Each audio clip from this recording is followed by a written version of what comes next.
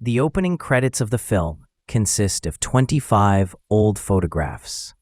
These images capture scenes of everyday life: immigrants, workers, worn-out faces, and children staring at the camera. These pictures reflect the class from which the characters of the film have emerged: the homeless and seasonal workers in search of a better life. The ghostly children with their fixed gazes summon us from the depths of history and ask, "Do you remember us?" Their eyes stand in contrast to death, representing resistance against being forgotten. The images softly dissolve into one another, each face merging into the next. This editing style serves as a kind of visual mourning ritual. Malick is searching for something lost in these photographs, a kind of innocence buried in their eyes. These photos set the stage for the recreation of a profound historical tragedy. Malick seeks to awaken the dead from the grave of history. These photos are not decorative. They are mirrors in which the film sees itself. These images are reminiscent of the photographs of Louis Hine, a photographer best known for capturing the horrific conditions of child labor in America. In the last image of the credits, we see Linda's face. Linda is the bridge between the film and the photographs. She is the one through whom the story is told, and the film ends with her image.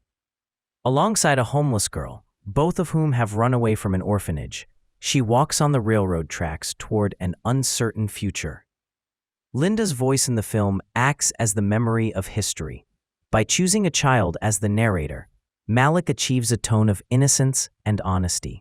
When Linda's image dissolves into the factory chimney at the end of the credits, it feels as if her memory is vanishing into the machinery of an indifferent world, a world that moves forward by leaving the forgotten behind. Just like in Terrence Malick's first film, Badlands, where a teenage girl named Holly narrates the story, in Days of Heaven, a young girl named Linda tells us the tale. It's as if Linda is a continuation of Holly, as if they are one and the same. More than narrating, they remember, a remembrance drawn from the depths of history.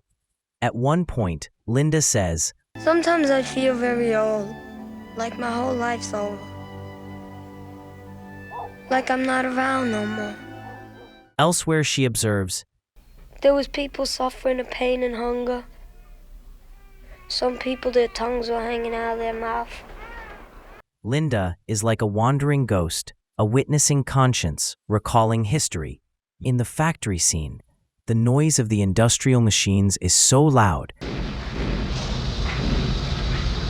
that we can't hear the voices of Bill and his boss at all.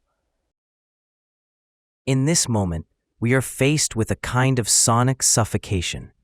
The factory completely dominates human relations and interactions, turning both the workers and even the employer into gears of this exploitative system.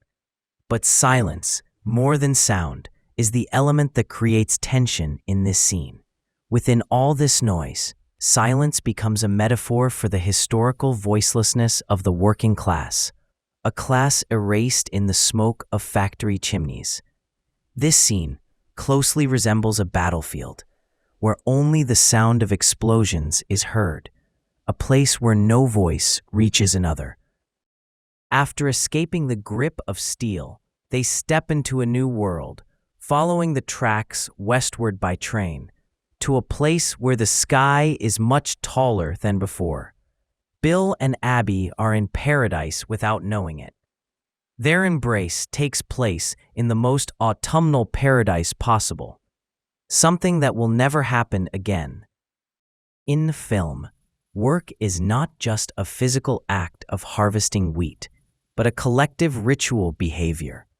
The repetitive and orderly movements of the sickles, the sound of the harvesting machines that resemble the chanting of spells, the yearly repetition of the harvest ritual, and the bundles of wheat carried in groups along with dancing after the work, all give the labor a ritualistic character. The sky in this film feels incredibly vast. In many shots, it fills half or even more of the frame, whereas typically, the sky only takes up the top third. Sometimes, the background is made up almost entirely of sky, with the camera slowly tilting downward to reveal other elements in the frame. But in certain scenes, like when the factory owner suggests that Abby stay, the sky disappears, replaced by the backdrop of tractors and machinery. After Abby's marriage, the sky begins to appear less and less, occupying a smaller portion of the frame. There's a direct connection between the presence of the sky and the relationship between Bill and Abby. The more they grow apart, the less of the sky we see. Smoking in the film is not merely a habit or a visual gesture, but rather a ritual of communication, a way for people to grow closer. Whenever characters struggle to express their emotions, smoking makes connection easier. For Linda, smoking becomes a means to enter the adult world. Much like Abby, a solitude is created between them through smoking. When Bill agrees to let his lover marry the farmer for a while, and they go on their honeymoon, he enters the Victorian house for the first time. As he looks around, he's swept up in the illusion he's built for himself.